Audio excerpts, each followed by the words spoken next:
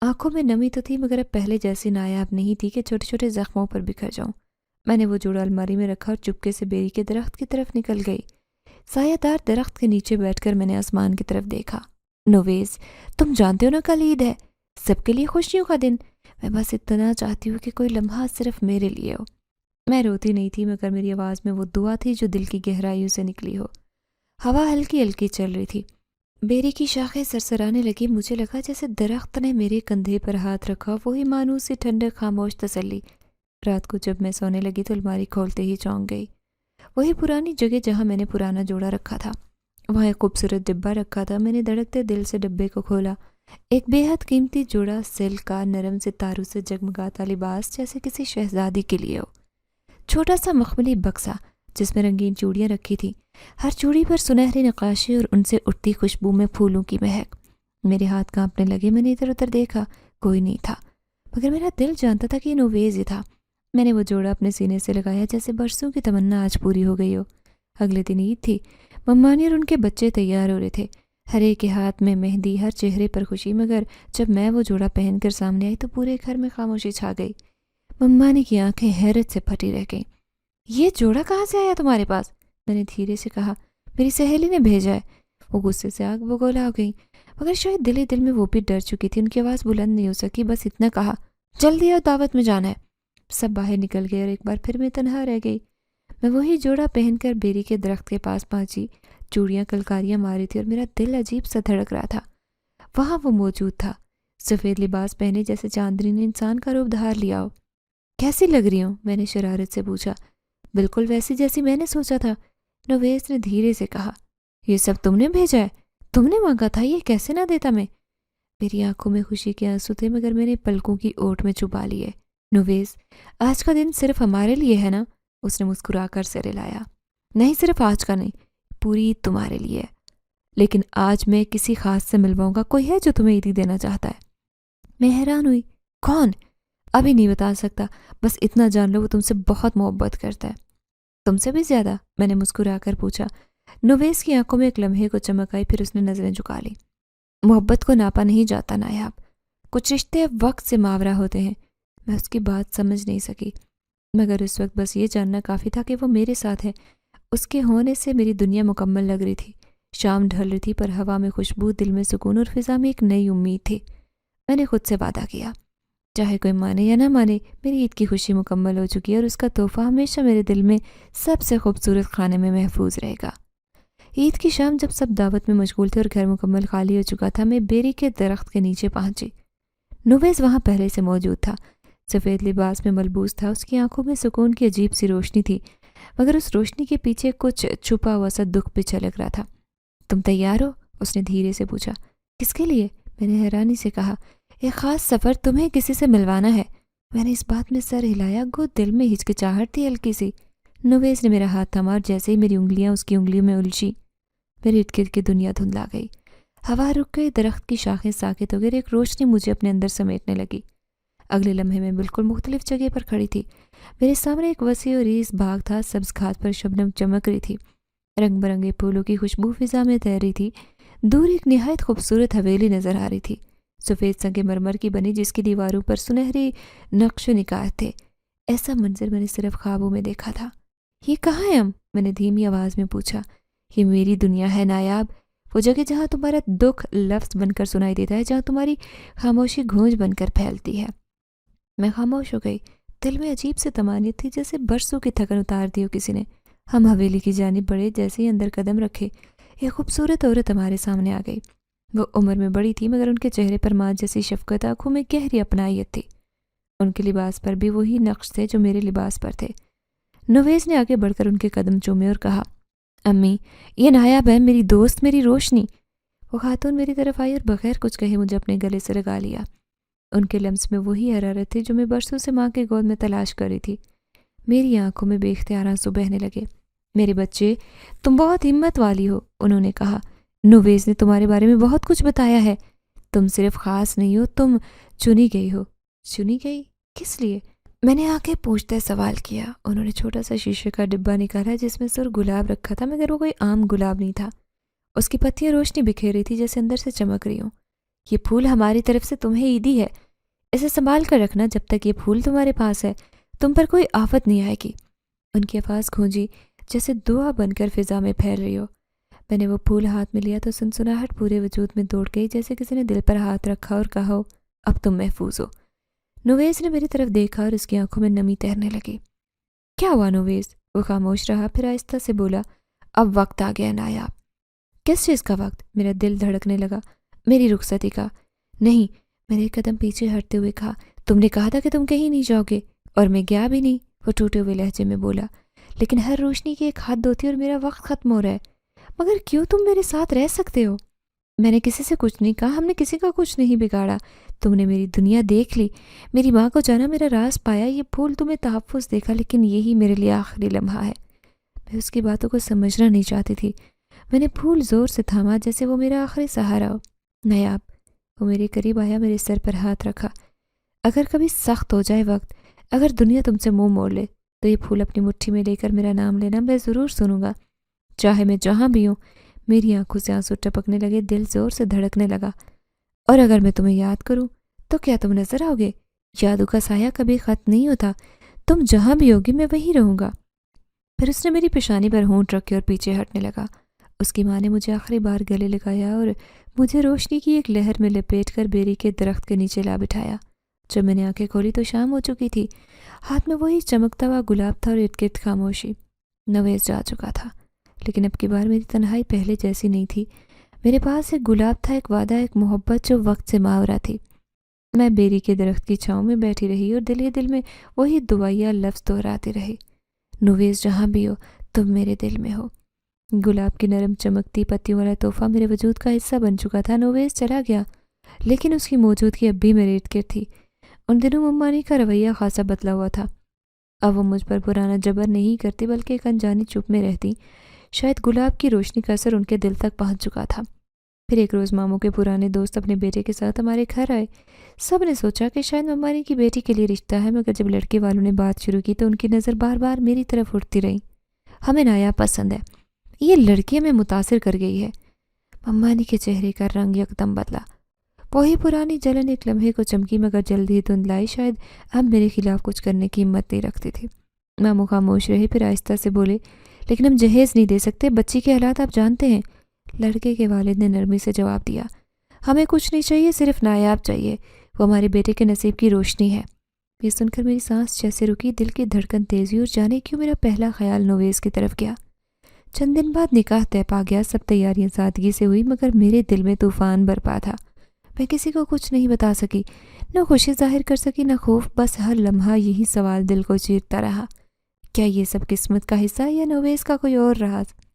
نکاح کی رات سب جب رخصت ہو چکے اور میں اپنے نئے کمرے میں داخل ہوئی تو دل کی دھڑکن بے قابو ہو چکی تھی۔ کمرے میں ہلکی خوشبو پھیلی تھی، وہی خوشبو جو میں صرف ایک وجود سے جوڑتی تھی، نویز۔ جب شوہر نے آہستہ سے میرا گھونگھٹ اٹھایا تو میری آنکھیں پھٹی کی پھٹی رہ گئیں۔ وہی چہرہ، وہی نقوش، وہی آنکھیں، وہی ہلکی مسکراہٹ۔ یہ ارسلان کیسے ہو سکتا ہے؟ میں چند لمحے بول نہیں سکی۔ میرے سامنے جو بیٹھا تھا وہ نویز تھا یا کم از کم اس جیسا۔ آپ؟ میری آواز کپ کپ آئی۔ میں ارسلان ہوں نایاب، اس نے نرمی سے کہا۔ میں گہری سانس لینے لگی، دل بے قابو دھڑک رہا تھا۔ آپ نے مجھے کب دیکھا تھا پہلی بار؟ میں نے سوال کیا۔ تمہیں ماموں کے گھر کے دروازے پر کھڑے دیکھا تھا، وہ بول رہا تھا اور میری یادیں پیچھے کی طرف دوڑنے لگی۔ وہ لمحہ جب بیری کے درخت کے نیچے میں نویز سے آخری بار ملی تھی، جب اس نے کہا تھا کہ وہ واپس نہیں آئے گا، اور پھر اچانک کچھ دن بعد یہ رشتہ۔ میں نے آہستہ سے نظر اٹھا کر ارسلان کی آنکھوں میں جھانکا۔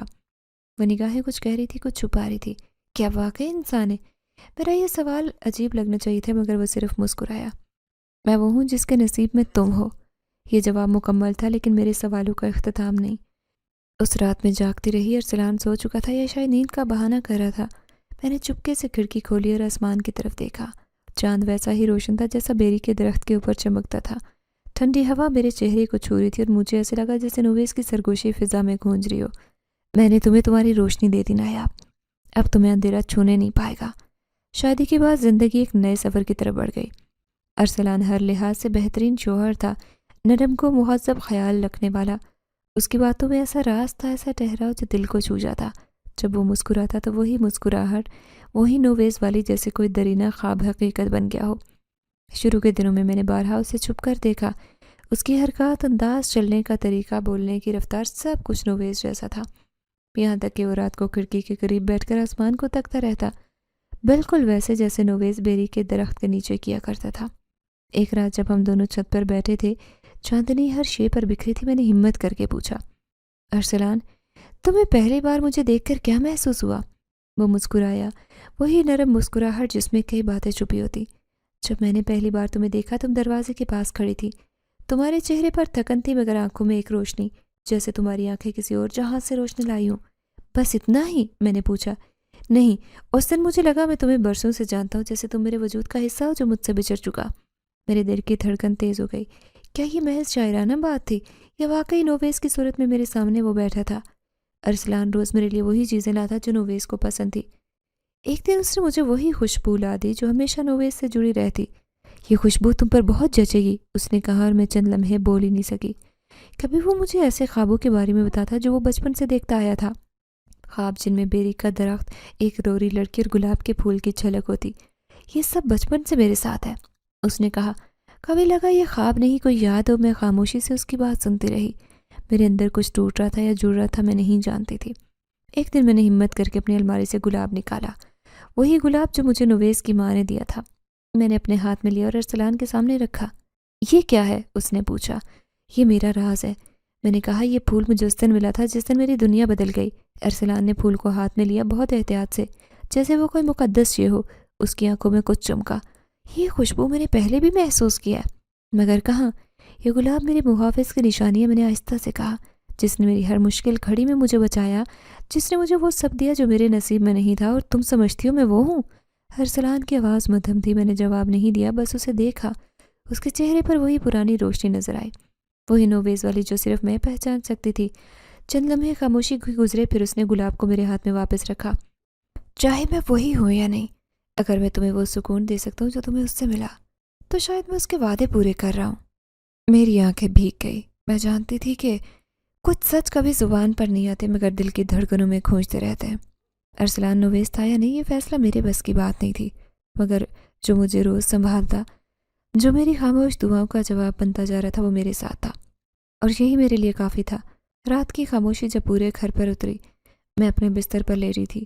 ارسلان میرے قریب موجود تھا، اس کی سانسوں کی روانی میرے دل کی دھڑکن سے جڑی ہوئی تھی۔ لیکن اس رات کچھ عجیب تھا، میرے دل میں بے چینی سی جاگی، جیسے کسی انکہی بات کا بوجھ اندر کھونج رہا ہو۔ آنکھیں بند کرتے ہی نیند کی گرفت نے مجھے آہستہ سے ایک اور دنیا میں کھینچ لیا۔ میرے سامنے دھند تھی، ہلکی چمکتی ہوئی، جیسے کسی نے چاندنی کو سائے میں لپیٹ دیا ہو۔ پھر اس دھند کے درمیان ایک سایہ ابھرا، لمبا سفید لباس میں ملبوس، وہی مسکراہٹ، وہی سکون، وہی نویس۔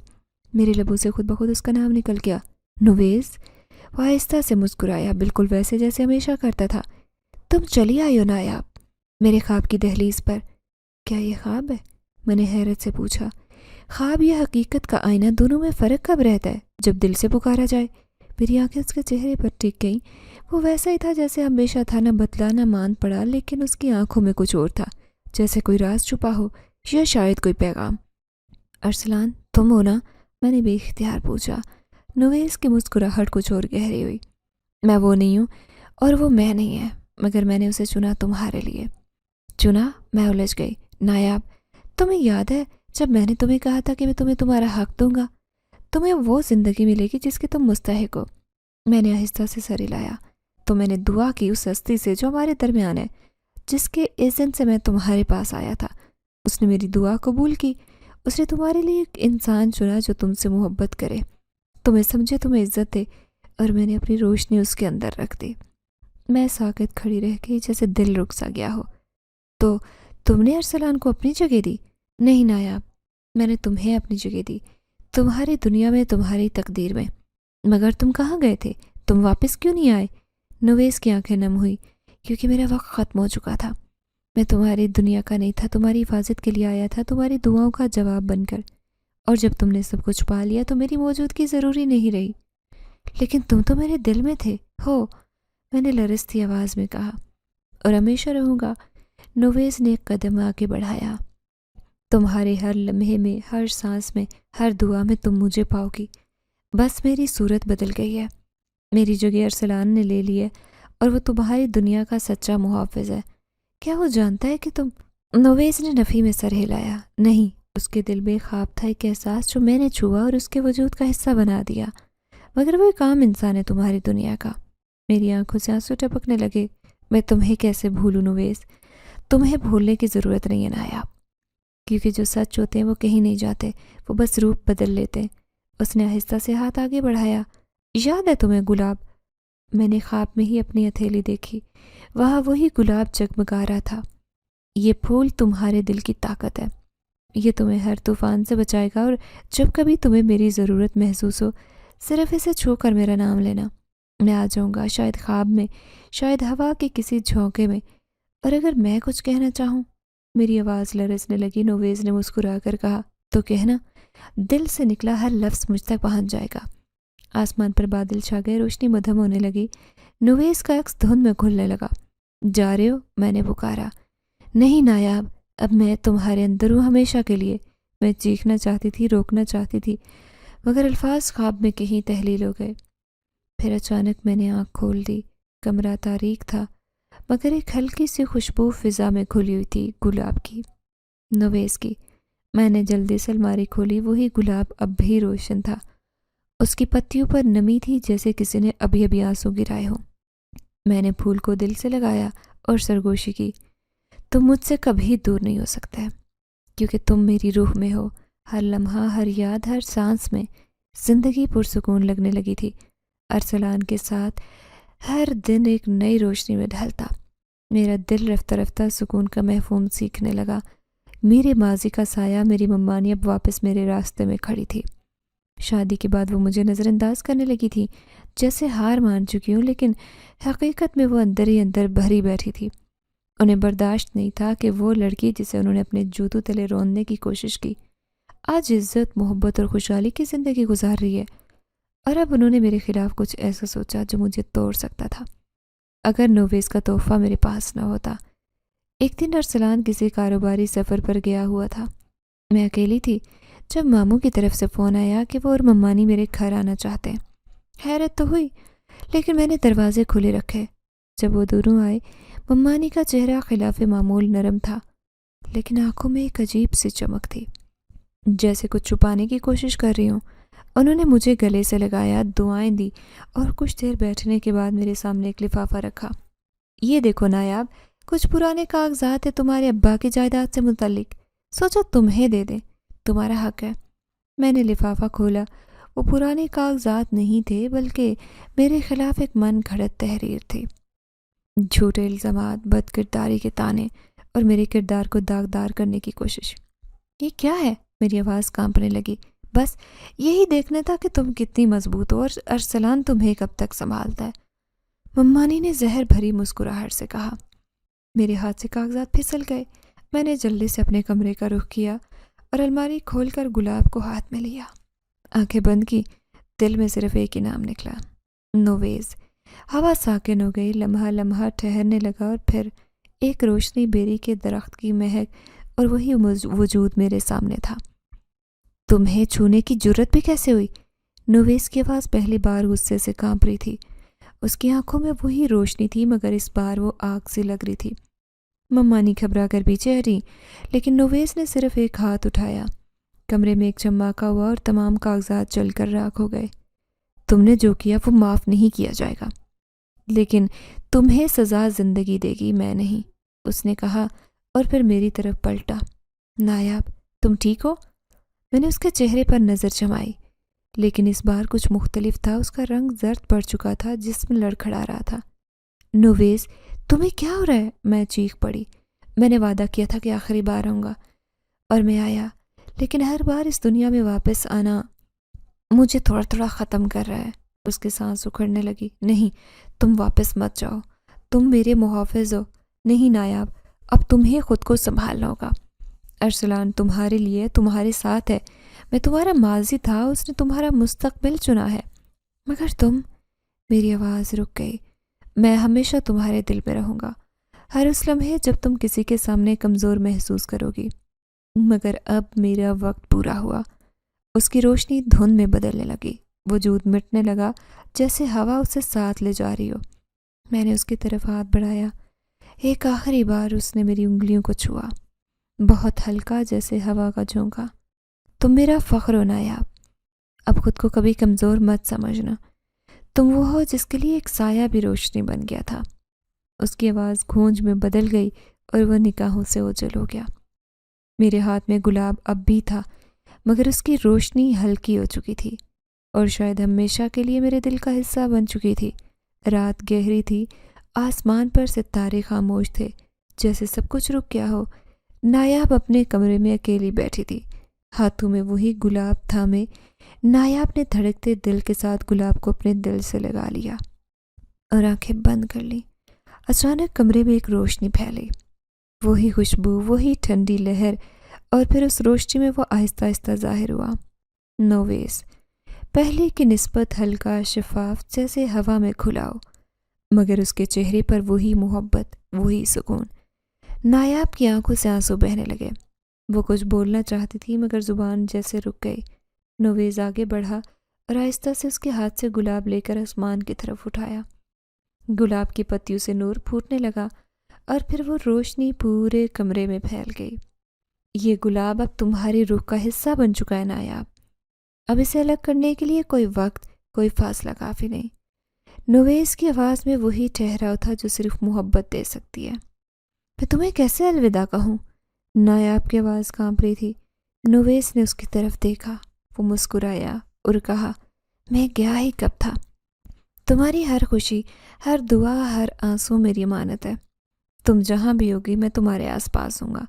نایاب نے قدم بڑھایا اور وہ لمحہ جب اس نے نویس کی طرف ہاتھ بڑھایا، وہی لمحہ ہمیشہ کے لیے اس کی یادوں میں نقش ہو گیا۔